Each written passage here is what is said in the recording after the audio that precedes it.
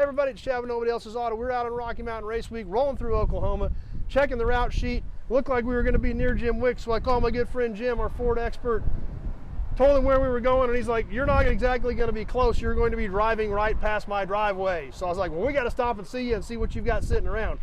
We've checked out some super cool Mustangs, including some fastbacks, some amazing Fairlanes and Comets that you never see. But you got something here that's a little bit different as well. Ford product, of course, yes, but something a little bit different. Yes, it is, Chad. This is a 1957 Ford Fairlane 500. And we've referenced in another video the comparison in the car market between Ford and Chevrolet. Yep.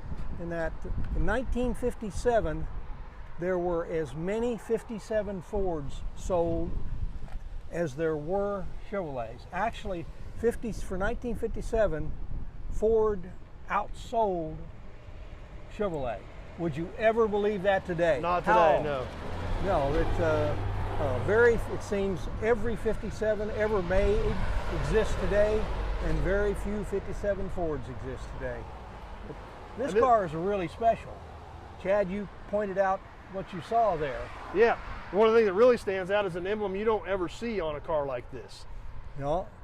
This car originally had factory air, and it's a two-door hardtop. Yes, this factory air on a 57 Ford is only in around 1% of the total production.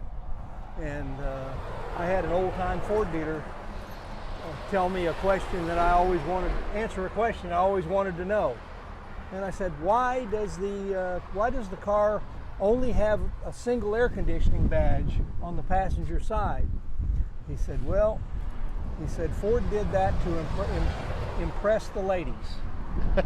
So whenever you had your wife showing her the car and trying to get her pitched in, it was easy for the dealer to say, and right here it shows this is a factory air conditioning car. As she's getting in on the passenger side. She's getting in on the passenger side. Go for a test ride. Sort of go for a test ride. So again, very, very rare. This car is a pretty solid old car. Be a good one for somebody to enjoy. It's a runner driver now. You know, I wouldn't be afraid. I've driven it. I drove it 25 miles to a little cruise in the other night, and it made it home. So pretty well impressed that I feel you could go down the road in it much as you want. I don't know whether you'd want to say you wanted to start off at a 100-mile trip, but you know, I know that it is very runnable. Someone's redone the interior in not exactly the original style, but it's very tasteful. This looks like a nice driver car. Yeah, exactly. This car someone can own and enjoy, and you know, you can go ahead and do the restoration at some time.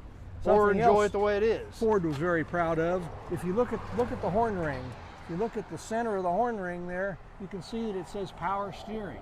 So that was done to impress the potential buyer, that he immediately saw, or she immediately saw, that it was power steering. So, pretty neat old car. And there again, some of these cars, even though it's like you said, it's a driver quality car, that means you don't have to break the bank to get into a car like this. No. You can have a ton of fun for a small amount of money. Exactly, yeah. These cars are very reasonably priced, and a lot of fun to have. And you know, if you show up in this car, chances are there won't be another one at the next cruise in. You're not parking next to the other 10 57 Chevys, exactly. That's for sure. And there'll be 8 to 10 57 Chevrolets. So anyway, it's all fun and all this, and you know, Chad, I really enjoy you stopping by, and I'm glad it worked out. Anytime. Thanks, Jim. Appreciate it.